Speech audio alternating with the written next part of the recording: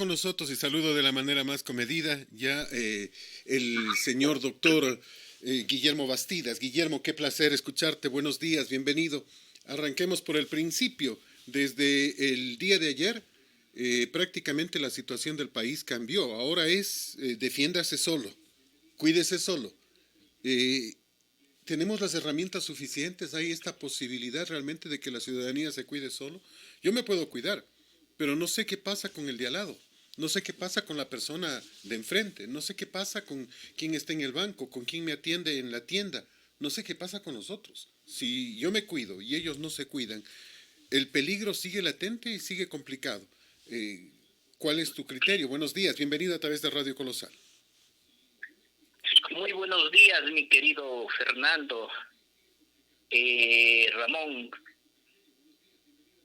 El gobierno ecuatoriano, a través de sus voceros,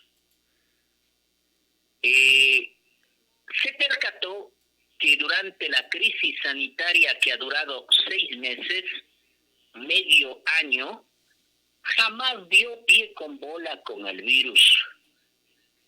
Y eso lo demostraron en todos los países de América Latina. Cada uno de sus gobernantes no estaban preparados. Los políticos y los politiqueros de nuestra patria están preparados para dar discursos, pero con un bonito discurso y con un discurso demagógico no se calma la fiebre de un paciente con neumonía. Por más que tengas un bonito discurso de Nietzsche, no se acaba.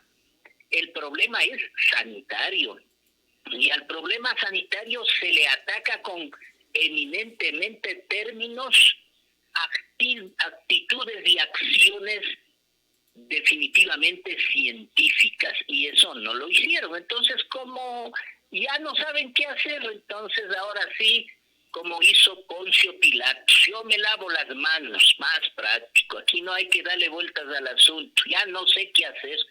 Como cuando el papá está cansado ya de toda la miseria de la casa y dice, hagan lo que les dé la gana. Entonces aquí entramos en el autocuidado, que en términos científicos implicaría una responsabilidad y corresponsabilidad social.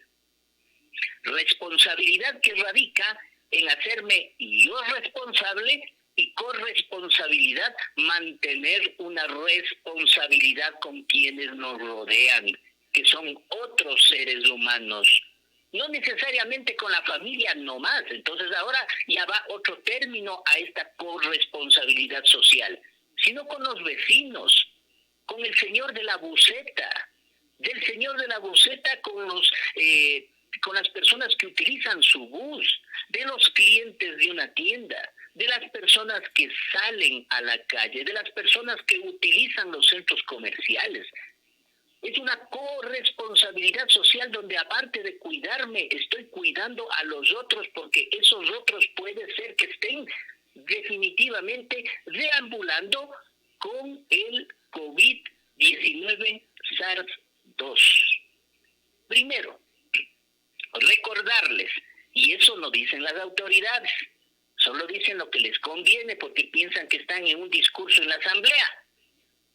Primero, la pandemia no se ha acabado. Repito, la pandemia no se ha acabado. Dicen que solo te dieron permiso. Dicen que la pandemia no se acabó y que solo te dieron permiso para que salgas a buscarla. Para hacer su agosto y septiembre, nada más. Así es. Segundo, el COVID está presente. Y voy a hacer una especie de drama de esta situación para que cuenten nuestros amigos y amigas que nos escuchan, a sus hijitos, a sus familiares, a los pequeñitos, a los jóvenes y adolescentes. Todos hemos ido a una corrida de toros de pueblo, a los toros de pueblo. ¿Ya? Sí, todos hemos estado en una corrida de toros de pueblo.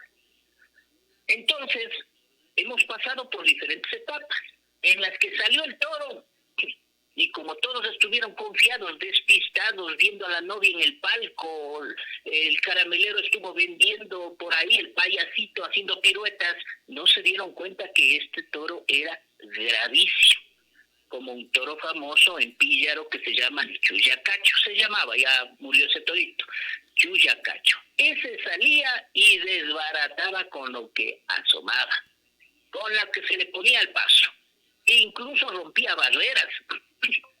Salía de la plaza de toros, levantaba la fritada por los aires, es decir, armaba lo que armó el COVID los meses anteriores. Ahora, luego de eso, lograron ingresarle nuevamente al torito y el toro se quedó un poco cansadito, más que cansado, sino que se puso en una esquinita, viendo que todos estaban en los palcos, ordenaditos y asustados, viendo que el caramelero también ya no está en la plaza y que el payasito dijo, este toro está peligroso, y se subió también el payasito, ¿no? Y que todo está más tranquilo y el toro se quedó con la colcha ahí parapetado en una esquina. Esa es la segunda etapa. Estamos con el toro quieto ahí un ratito, pero está ahí adentro el toro. No se le ocurra bajar todavía. El toro COVID. Está todavía. Sí, el equivalente, el COVID. Está ahí, en una esquina parapetado. Y entonces las autoridades, ya cuando ven que esto está supuestamente ha pasado, lo que gritan es música, banda, y empieza nuevamente la algarabía, la música, la banda, se baja nuevamente el payasito agarrando confianza, porque el payasito tiene que hacer sus centavitos, su dinero, tiene que vivir con eso, y se baja nuevamente, y se baja la señora de los caramelos, que también quiere reactivar su economía, y se baja todo el mundo, y también los imprudentes, los borrachos que estaban tomando en grupo, y empiezan a meterse, el joven que quiere impresionarle a la novia también, empiezan a lanzarle objetos, a provocarle al toro, le siguen provocando, y el toro espera que esté bastante gente abajo, y en una de esas arranca 4 muertos, como suelen decir en nuestro pueblo. Buenos toros, 8 muertos hubieron, buenos los toros.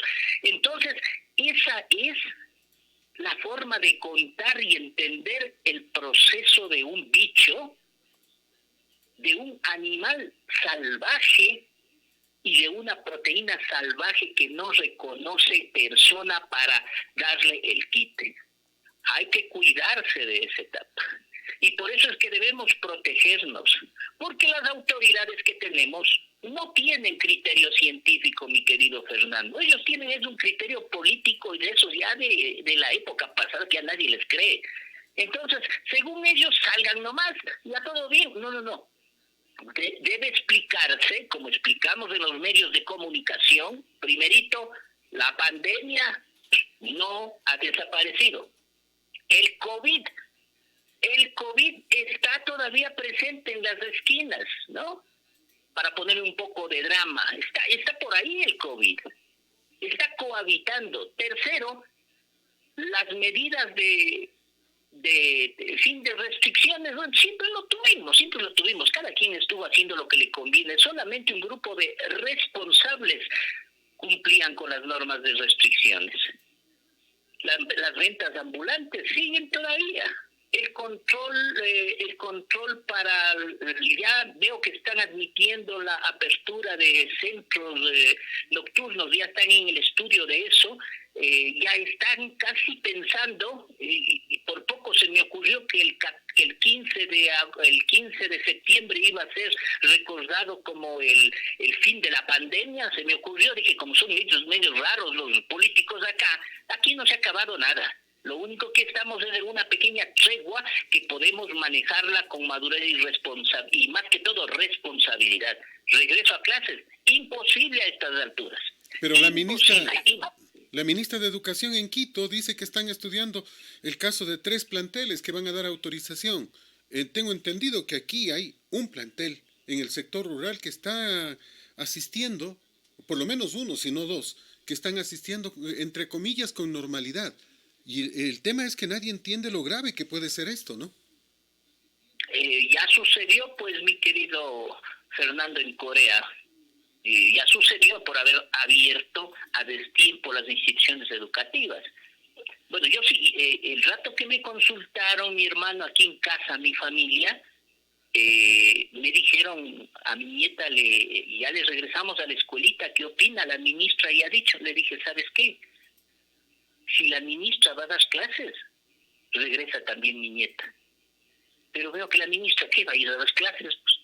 ¿Qué les interesa? Es politiqueros, la salud del pueblo. No puede apresurarse la atención de el sistema educativo, incluso en países desarrollados, en países del primer mundo, están asistiendo a clases semipresenciales, que significa un fin de semana ir a un patio, hacer actividades de entrega de libros, alguna cosilla por ahí, y se regresan a online. Las universidades, donde se maneja el criterio científico, técnico, nos hemos negado a la asistencia presencial. Seguimos en un semestre más con, digamos, online, porque la salud de los estudiantes es muy importante. Los únicos que han retornado y que pertenecen todavía a las aulas universitarias y que son médicos, los internos rotativos son los únicos que están asistiendo ya a los hospitales a atención,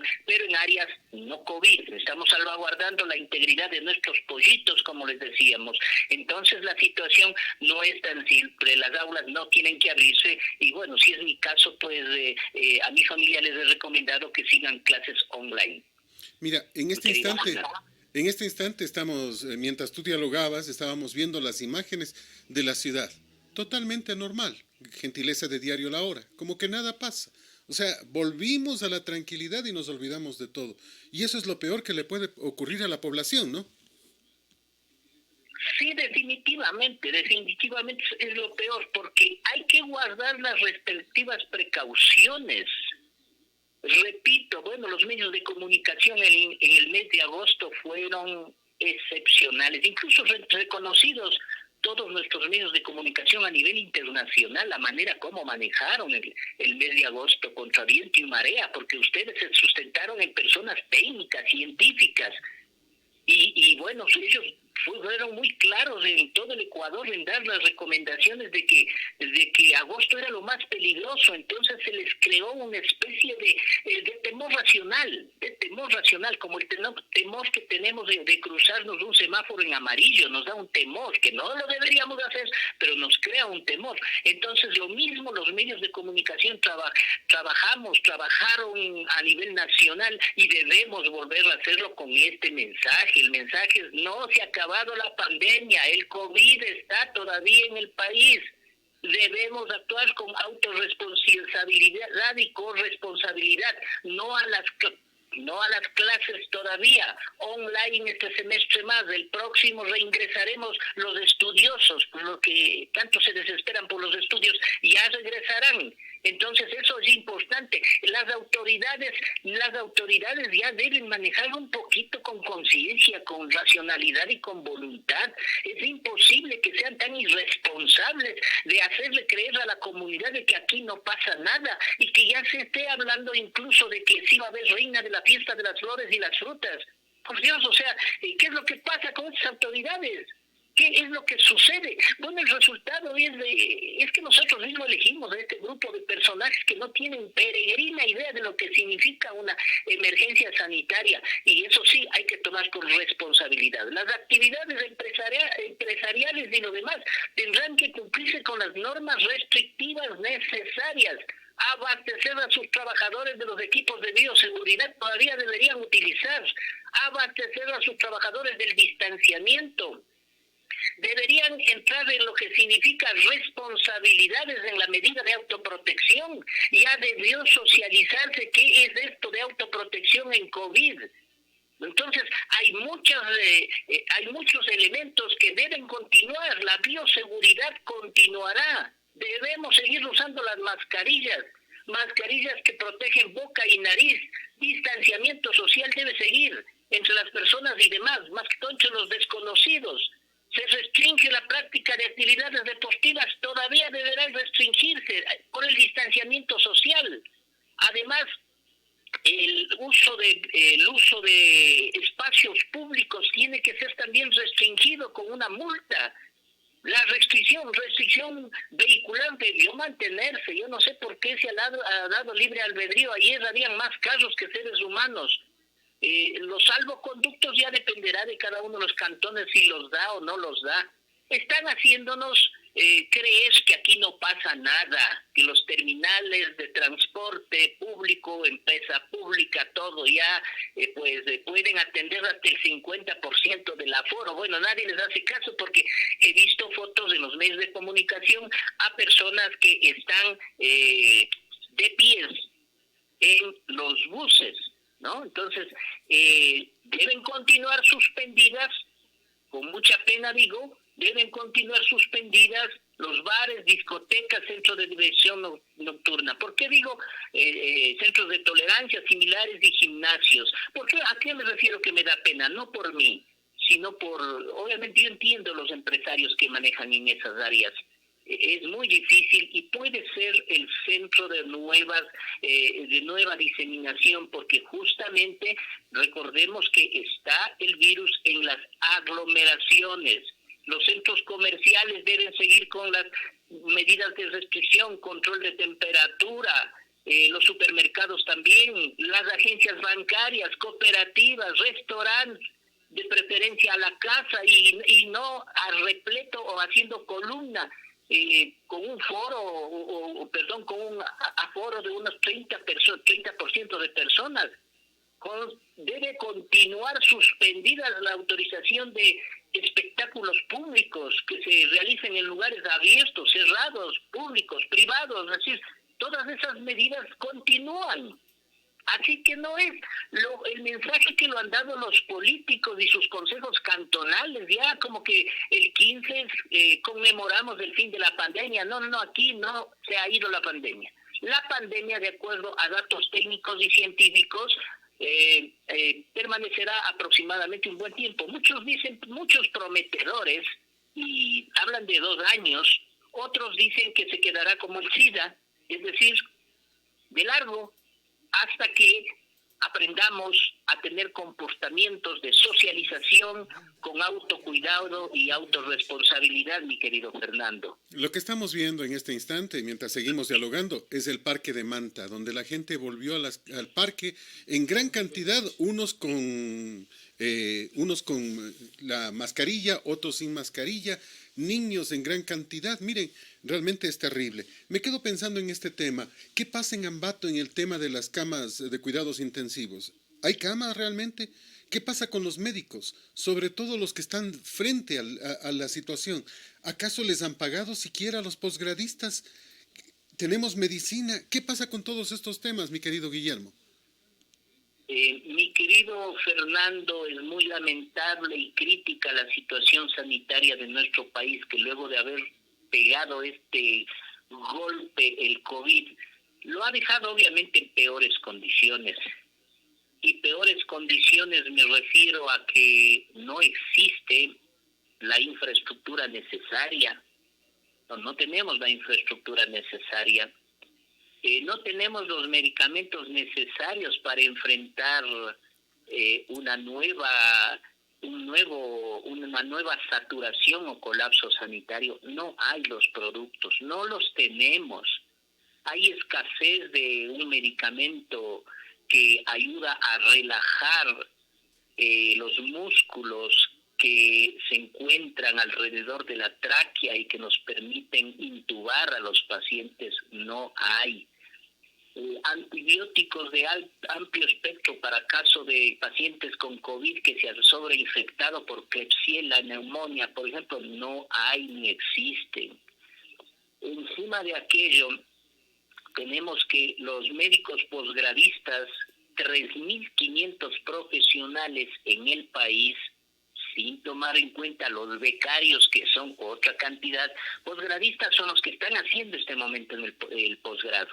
Y devengantes son los que de alguna forma ganamos alguna vez una beca y tenemos que devengar eso que el Estado nos ha dado para nuestra formación durante el mismo tiempo de posgradistas. También tenemos una gran cantidad que están impagos.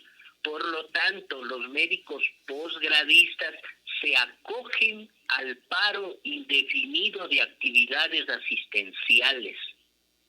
y las universidades les están respaldando porque sí es justo. Ellos han estado 6 meses, mi querido Fernando, para comentar, para que comprendamos qué significa asistencial y qué significa posgrado. Posgrado, tú ingresas a hacer el posgrado de ginecología, ginecobstetricia, y te dedicas solo a ginecobstetricia. No tienes por qué dedicarte a otra cosa. Si vas en el posgrado de neonatología, te dedicas solo a neonatología. Y si ganaste el posgrado de psiquiatría, solo a psiquiatría. ¿Qué pasó en esta pandemia? Que todos tuvimos que trabajar de covidólogos en otros términos. Eso significa que médico que entraba, médico a sala de COVID, a salvar vidas, a intubar, porque todo eso sabemos los médicos generales, a intubar, uso de respirador, ventilador mecánico, es decir, tuvimos que hacer una especie de curso, perdón el término, curso entre comillas de 6 meses, intensivísimo, que los recibimos obviamente en la universidad, teóricamente, y en el internado rotativo, pero ahora tuvimos que asumir como médicos asistenciales. Se suspendieron las clases de la universidad, posgradistas que no han recibido las clases de la especialidad que han tomado. Y encima de eso, muchos posgradistas, tenemos por ejemplo de aquí de Ambato, que están recibiendo el posgrado en la Universidad Católica de Guayaquil, en el Espíritu Santo, en el Metropolitano, y que fueron a alquilar un cuartito para sus estudios de posgrado que no tienen para seguir sobreviviendo.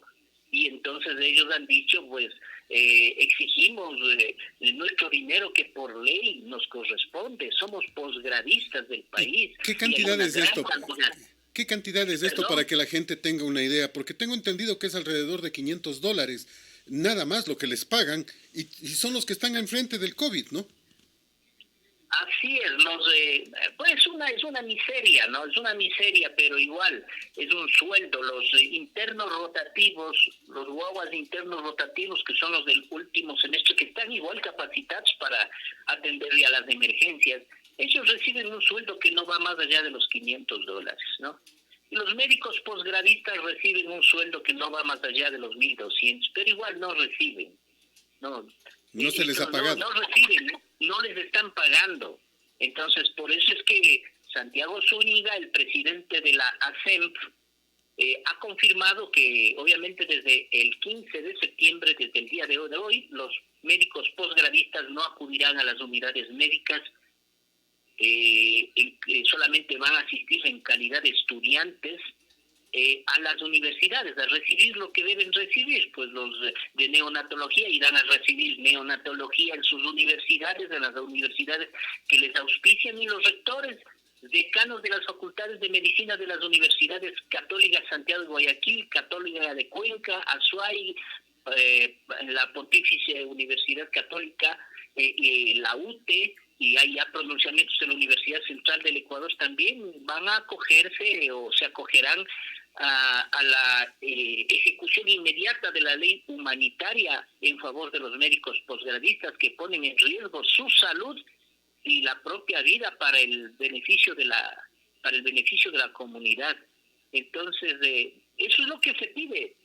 Estamos hablando de 3.500 médicos posgradistas que muchos de ellos incluso están recibiendo su formación autofinanciados. Muchos de ellos se contaminaron. Tenemos el caso de ambateños que están haciendo el posgrado que ya van contaminándose 2 veces, ¿no? Ya se contaminaron al inicio de la pandemia mismo, y ya se contaminaron hace 1 mes y medio que hablé con ellos nuevamente, 2 profesionales tunguragüenses, y que sus familiares han llegado al extremo de tener que seguirles subvencionando, y como si estuvieran estudiando todavía el colegio, la escuela. Mientras tanto, el Ministerio de Salud Pública con el señor ministro dice que el Ecuador es uno de los que ha dado ejemplo en el manejo de la crisis de pandemia. Pero mal ejemplo es, nada más. Sí, yo leí mal, luego ya no pude seguir leyendo porque sí que me incomodé bastante, pero yo pienso que es un mal ejemplo porque ha sido y es una persona nefasta para el sistema sanitario del Ecuador. ¿Qué pasó con la inmunidad, mi querido Guillermo? ¿Supuestamente no hay inmunidad después de que te has contagiado? La inmunidad permanece según estudios, hasta 3-4 meses como tope. Sin embargo, hay seres humanos que se han vuelto a reinfectar al mismo mes de haberse curado. Y lo grave de todo eso es que la recaída es mucho más intensa, más severa, más grave que la de inicio. Por eso es que hay que mantener las precauciones, ¿no? Y les recomiendo, no tenga temor, no tenga temor. No tenga temor. Cuando su amigo Guillermo Bastidas va a las audiencias, porque soy perito de la fiscalía, y yo voy como astronauta, ¿no? Y me quedan viendo como astronauta y me dicen, ¿qué es, doctorcito? Le digo, ¿qué es? Me protejo mi salud y la salud del tribunal, de los señores jueces, de los testigos y de los demás. Entonces son dos cosas por las que vengo de astronauta. Y no importa, estaré como astronauta tal vez hasta diciembre o enero. Entonces, la gente debe entender, o sea, que no es broma, esto no es broma. Nosotros hemos sido muy duros con nuestros internos rotativos, cuando no entienden las normas de precaución, o con los externos, cuando nuestros estudiantes, cuando no entienden, o al menos no se percatan sobre la gravedad. Lo que les inmediatamente cuando vemos irregularidades en el manejo sanitario, les vestimos de astronautas y les bajamos a la unidad de cuidados intensivos y entramos acompañándoles a ellos. Y de ahí salen asustados. Y de ahí sí a cumplir toda la normativa, porque dicen, doctor, qué horrible que ha sido esto. Sí, digo así, si ves, boca abajo, no puedes respirar, si te das cuenta, todo eso sucede. Entonces, todas esas cosas son importantes, no el mensaje tibio de las autoridades. Y por poco, yo ya se me estaba ocurriendo, verás nomás, y verás que todo puede pasar, mi querido Fernando. Ya mismo aparece algún peregrino de estos llamados líderes políticos a pedir que se declare el día del COVID. No, ya mismo se aparece para decir que ya hemos hecho un montón. El gobierno no ha hecho nada, ha complicado la situación, no ha hecho nada, ha complicado la situación aquí en la provincia, a nivel nacional, ha entorpecido el trabajo de los trabajadores de la salud, ha entorpecido el sistema sanitario, ha hecho que se tomen medidas antipáticas, odiosas, como abrir en plena cúspide de la pandemia las playas, en la que los inversionistas no recuperaron ni como decíamos en nuestro tiempo, ni las apuestas, pues. Entonces, ¿cómo se ha podido ayudar al sistema ecuatoriano de salud? Pero obviamente el presidente del Ecuador avaliza a esos ministros, pues no, ¿qué se puede hacer? Está avalizando y dice que son ministros VIP. Entonces, el país está desesperado, está esperando, mejor dicho, ya un cambio ojalá no sea solo cambio de listas, nada más las que rijan el destino del Ecuador, pero... Sí, porque da vergüenza lo que pasó ayer. Mira, convocan para las 15:30 para poder cambiar la comisión de fiscalización de la Asamblea Nacional. A las 15:30. A las 17:30 originalmente cambian y le dan 2 horas. A las 17:30 se iban a reunir. Después que a las 18, después que a las 19. A las 20:30 los asambleístas seguían esperando que el presidente inicie la sesión. Estuve hasta las 22 horas y no empezó jamás esta sesión. O sea, ¿qué fue lo que pasó? Nos da la idea de que todavía hubo hospitales que repartir y estaban desesperados tratando de ver cómo reparten. No sé qué es lo que sucede, porque la asamblea ayer fue una vergüenza. Hace más de un mes que tienen congelada, o en el congelador más bien, la ley de extinción de dominio, que no la quieren tratar. Y uno termina diciendo, bueno, ¿y qué pasa? Ayer supuestamente debieron haber analizado la destitución del presidente del Consejo de Participación Ciudadana y Control Social. Nada. Que iban a estudiar la normativa para cambiar la situación del país y para desaparecer algunas instituciones. Hasta ahora no pasa nada. Es decir, no contamos con una asamblea. O sea, cobran allí, pero no actúan. Lastimosamente, hemos visto un trabajo de pobre a mediocre por parte de los asambleístas, de los cuales el 10% se eximirán por obvias razones, que sí se les ha visto trabajar al menos en la redacción de algunos proyectos como del suicidio, por ejemplo, ¿no? O sea, algo. Entonces, eso puede darle el 10%, pero de ahí los asambleístas, no me estoy refiriendo a la asamblea, de quien tengo mucho respeto, es una institución del Estado muy respetable. Los asambleístas son expertos en lobby, ¿no? Que en español significa cabildeo, ¿no? Es cabildeo, andan cabildeando por ahí, en diálogos, en observar grupos de presión. Es un colectivo de intereses comunes, ¿no? Yo te doy esto, vos presta esto, ¿qué te parece? Que realizan este tipo de acciones para influir en la administración del Estado. La diferencia es que el lobby científicamente es para promover decisiones favorables a los intereses comunes de la sociedad. No, aquí se hace el lobby para promover decisiones favorables a los intereses personales y a veces personalísimos.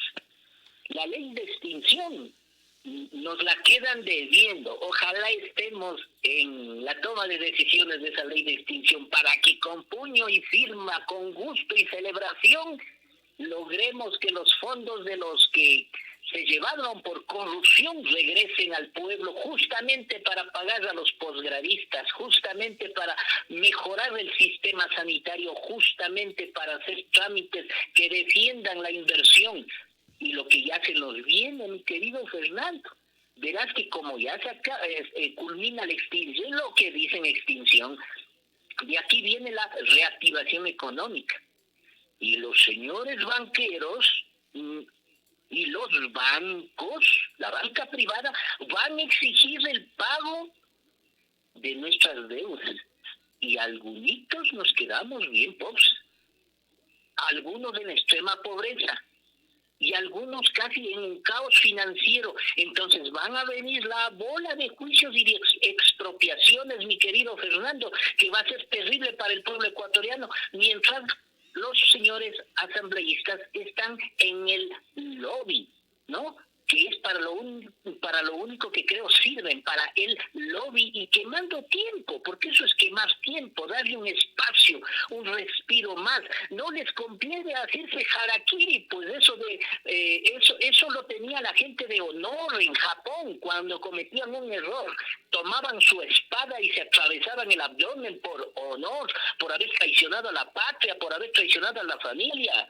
Pero aquí no, pues aquí se da un espacio y hay que darle ese espacio necesario para que quede a buen recaudo los fondos de la corrupción, fondos que deberían ser utilizados en nuestro país, mi querido Fernando. Eso es penoso, el de que quemen el tiempo, eso ya es común, pues les da indigestión, les produce una gastroenteritis justo antes de las votaciones, el día anterior les da tos con gripe y envían al alterno para que el alterno asuma la responsabilidad que él no puede asumir o ella no puede asumir, y una serie de barbaridades que son las trampas políticas, que obviamente son el resultado de que no está la gente más capaz en la asamblea, de que no está la gente más técnica, más profesional, que no están profesionales de las diferentes áreas que conforman el progreso técnico y el desarrollo de una nación, sino que están diferentes personas. Ya veo que están por ahí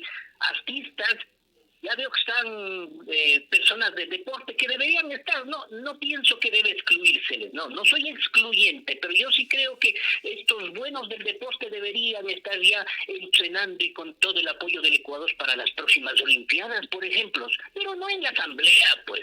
Los futbolistas igual, entrenando y duro y apoyado por el Estado para el próximo Mundial, pues no en la asamblea. Los cantantes igual para el Festival Viña del Mar deberían estar ya entrenándose y le apoyaría el país. Es decir, cada persona debe tener su manejo estructural y tiene que ser aplicado para el desarrollo del país, de nuestra patria. Es imposible, da mucha pena. Y siguen ganando dinero. Un sueldito que, chuta caramba, que si bien es cierto para un obrero es multiplicado por 10 o por 100, sería casi por 50. Entonces, un sueldito que se lo gana el maestro de la esquina con esfuerzo, sacrificio, golpeándose el dedo, machacándose la mano en el equipo de mecánica. Sin embargo, estos personajes se dan el lujo de convocar para nombramiento de las nuevas autoridades de las diferentes áreas, pero están en lobbying o en lobby. Es terrible, mi querido Fernando, y eso es repudiable, pero siempre y cuando nosotros sigamos enviando a la Asamblea o a los diferentes organismos del Estado a personas ineptas pero vivarachas, siempre va a suceder esto con nuestro país y siempre seguiremos nosotros dejándoles a nuestros familiares del futuro un país peor que el que nos dejaron nuestros padres, que era al menos un poco más vivible y en donde los corruptos al menos se les iba la sangre a la cara. Ahora no quieren aprobar esa ley de extinción. ¿Por qué será? Pues no, ¿por qué será? Pues obviamente hay intereses de por medio, mi querido Fernando. Y ese es uno de los temas que siempre nos preocupará. Me quedo pensando en lo que pasa en el mundo. O sea, mira, en Colombia se dispararon en estos días debido a un exceso de una persona de la fuerza pública, manifestaciones. Hay más de 10 muertos, la situación gravísima, bombas molotov por aquí, por allá. En Perú están a punto de sacar al presidente de Perú y me pregunto, ¿con eso van a solucionar la crisis? Perú tiene el problema en este instante de tener el mayor número de infectados y muertos. Y no sé si sacando al presidente de la República la cosa cambie, ¿no? O sea, uno termina diciendo, bueno, ¿qué nos está pasando? Lo del presidente de la República, dicen supuestamente que son $50,000 que habrían pagado a un cantante, a un artista y que no consta en los pagos y por eso van a sacar al presidente del Perú. Y Martín Vizcarra no tiene ni siquiera vicepresidente. O sea, Perú se queda en acefalía momentáneamente. Uno no sabe qué mismo pasa, ¿no? ¿Qué pasa en los diferentes países? Porque no sé en qué instante parece que nos atacó otra epidemia, la de la sin razón, porque hacemos por hacer y no terminamos de solucionar los problemas. No digo yo que no se haga la investigación, pero terminen la investigación y comprueben el delito antes de cualquier cosa. América Latina sufre de un grave problema que es ni siquiera el COVID. Yo escribí un artículo que dice COVID y los politiqueros, quienes son más nocivos. Y luego de haber hecho un análisis profundo respecto a esta situación, pues los politiqueros son más nocivos que el mismo COVID. Definitivamente. ¿Por qué? Porque son los culpables de la muerte de gran cantidad de personas que podría ser catalogada como lesa humanidad en esta pandemia de COVID. Son responsables y alcahuetes del rato que no dicen de dónde salió el virus COVID nuevo. Estoy seguro yo no salió del ceviche de murciélago, estoy más que convencido. ¿Qué pasó con esa situación? ¿Qué ha hecho la Organización Mundial de la Salud? ¿Qué pasa entonces de la Organización Mundial de la Salud en América Latina? ¿Sí sabrá dónde queda América Latina? Entonces, luego de eso aparecen los que se plantean para candidatos, que hay cantidad de candidatos que le hablan de la pobreza y de la miseria, porque han leído en el libro de Newsweek, ¿no? Nada más. Porque yo no creo que muchos de los que están de candidatos a la presidencia de la República y que les conocemos, y a la distancia. Sepan lo que es no desayunar, no almorzar o salir a trabajar a pie desde la Marina hasta Cotocollao. Dudo, francamente dudo formalmente. Entonces, sin embargo, a estos mismos verdugos de mucho dinero, a estos mismos lacayos de la banca, a estos mismos personajes de la corrupción les volvemos a reelegir, pues, con el cuento de que es que como tiene plata no ha de robar. El que más plata tiene es el que más roba. Ya, no estamos hablando de la generalidad, hay gente de dinero, hay gente que tiene su dinero y que son de veras gente muy honorable. Estamos hablando de los grandes imperios, no estamos hablando de que la gente que tiene su empresa aquí en Tungurahua, empresa de honor, de gallardía, como es que es como son todas las empresas de aquí de la provincia de Tungurahua, gente que ha trabajado duro y grandes empresarios muy honorables. Estamos hablando del poder que está más arriba, ese poder corrupto, y a los mismos les elegimos. ¿Qué interés pueden tener en alguno de nosotros, yamingos? ¿Qué les puede interesar cómo esté el hospital si ellos se operan fuera del país?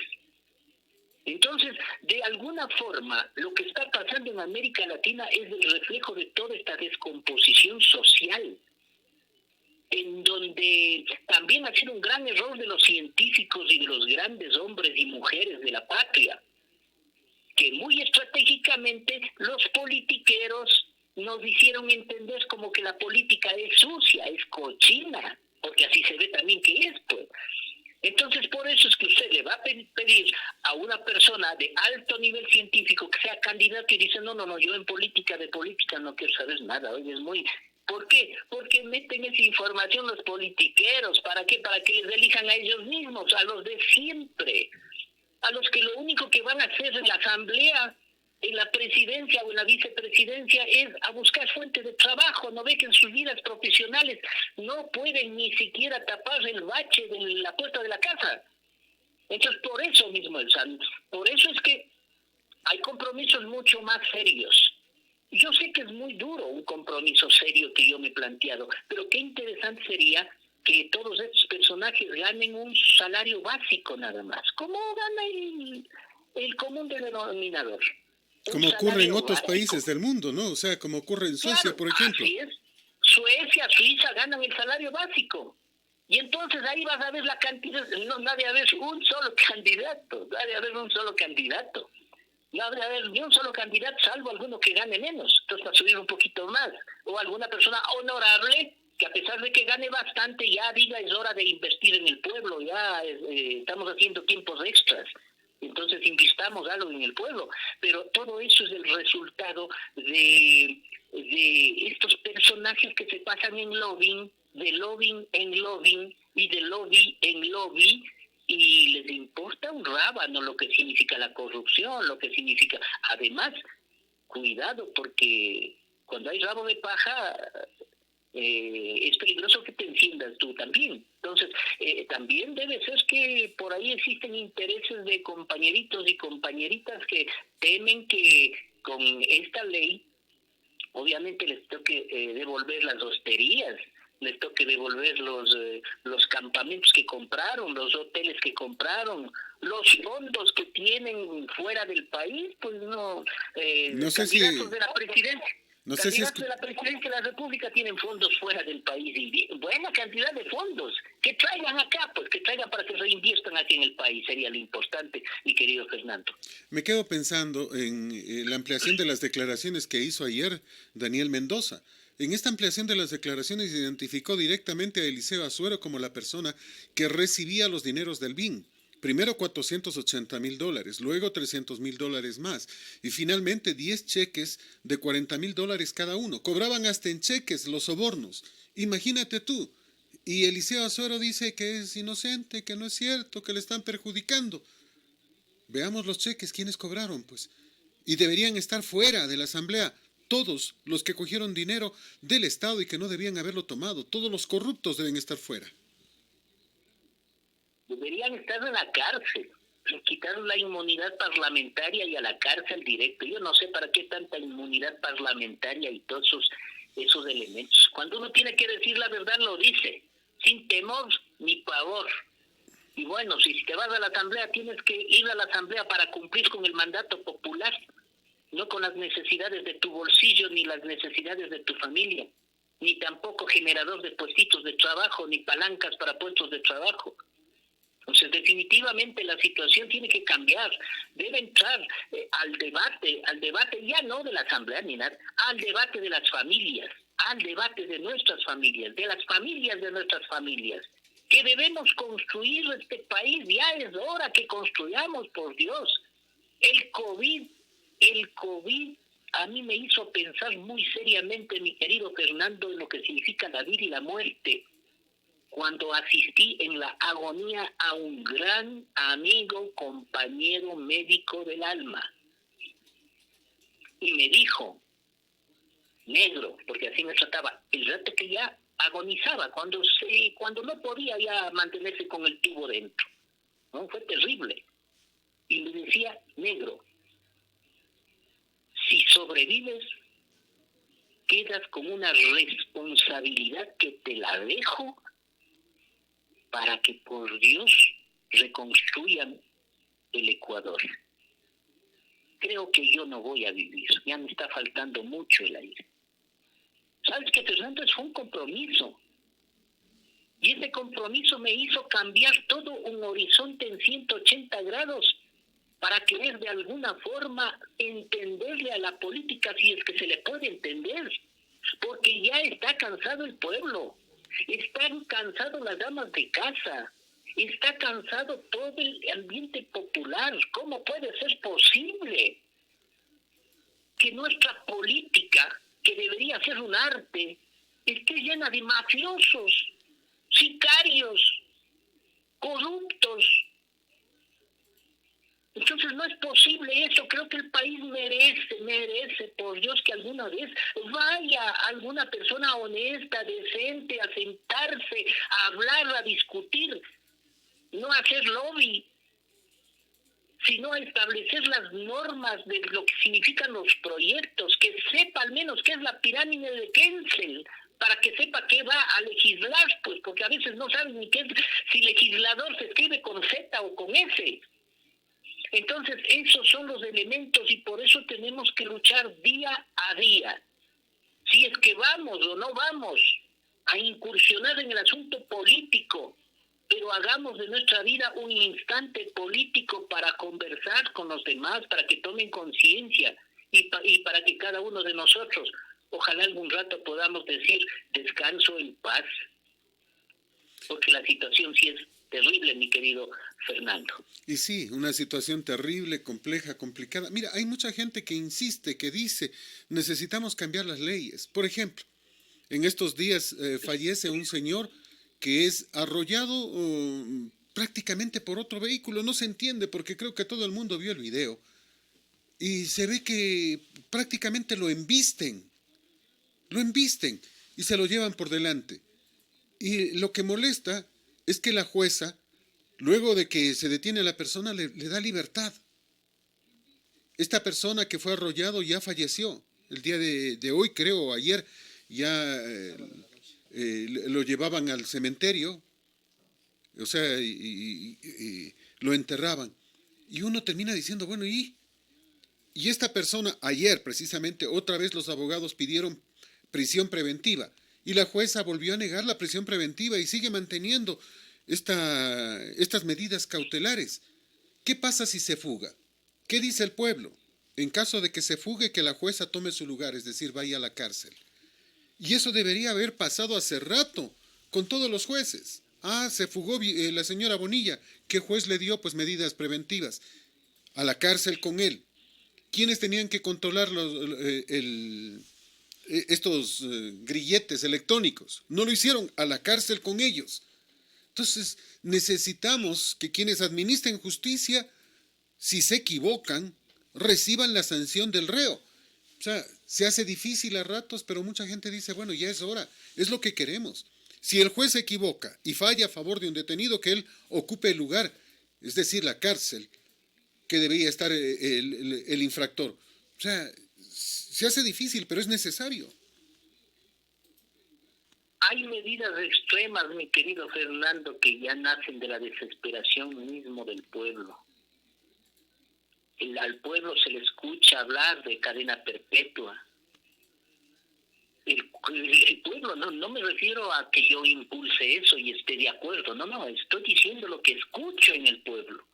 Hablar de cadena perpetua, hablar de situaciones como la reposición completa de la víctima más cadena perpetua, ojo por ojo, ¿no? También estoy escuchando.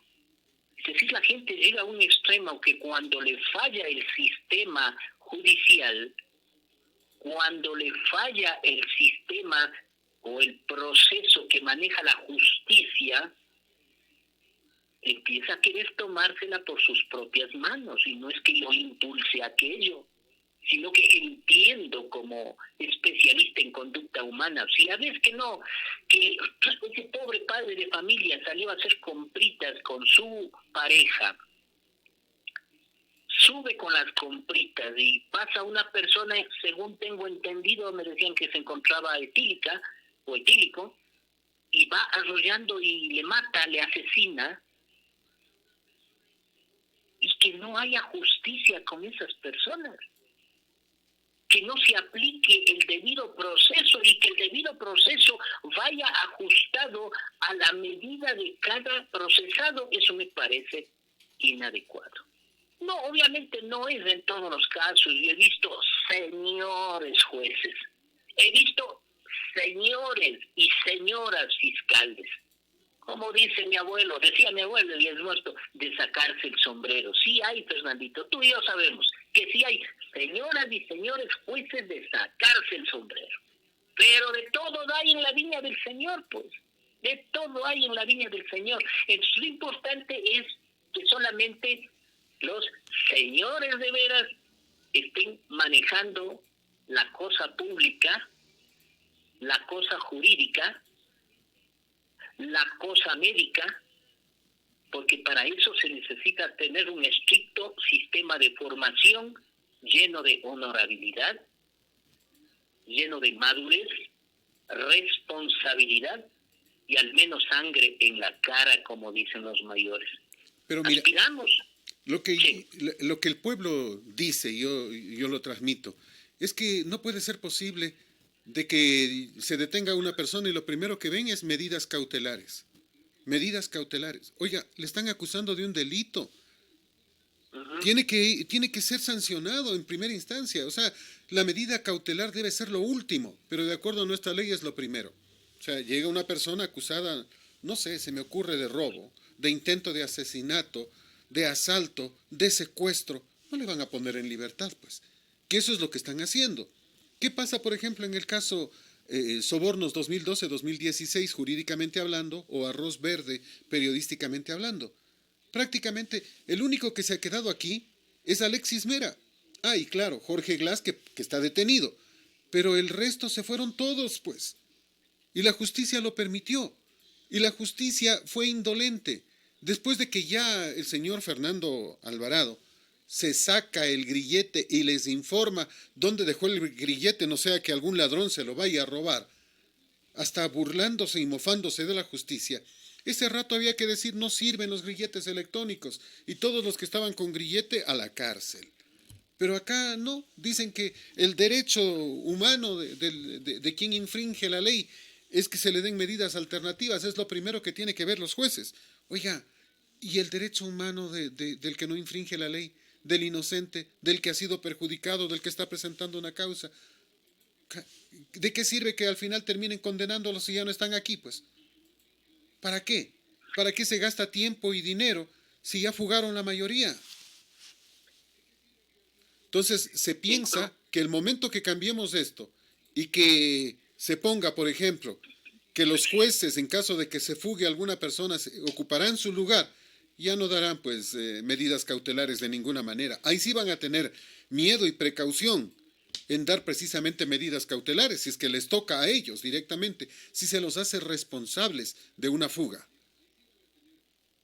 El asunto es que el cambio de la Constitución, incluso con el MASHI, Rafael Correa, lo convirtió en un instrumento grande al servicio de instrumentos más pequeños dentro de la justicia y de la legislación que son prodelincuenciales.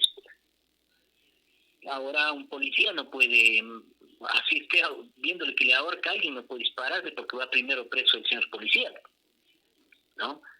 Porque para el ladrón, para el delincuente, para el corrupto, para el corrompido, para el violador, la ley tiene un diferente trato que para una persona que ejerce su derecho a la defensa en caso de que le quieren quitar su casita. Ya, eso te digo, hermano, ya vamos a ver en el próximo mes la cantidad de expropiaciones de personas que no pueden pagar su casita. Aquí no va a haber los bancos van a entrar en un contubernio con verdaderas academias de abogados, de jurisconsultos, para enjuiciar y para hacerle pagar al pueblo ecuatoriano de donde no tiene.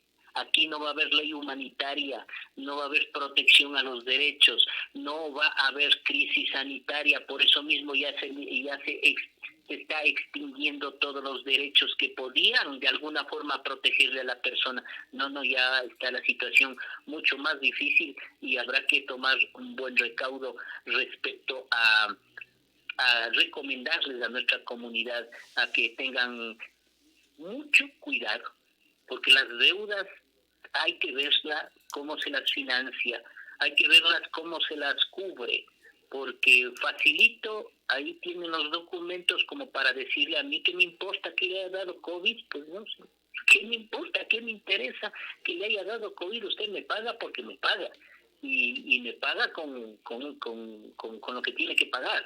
Expropiado esto otro, expropiado aquello, entonces la situación es difícil. Todo esto tiene que cambiar, mi querido Fernando, con el trabajo continuo que hacen los medios de comunicación y con el trabajo que hace el pueblo mismo, que está cansado ya de todos estos elementos que significan corrupción o que significan manejo personalizado de la justicia, mi querido Fernando. El doctor Guillermo Bastidas con nosotros. Guillermo, gracias. Como siempre, un placer. Un gusto, Fernando. Este es Colosal, la que sí le dice la verdad.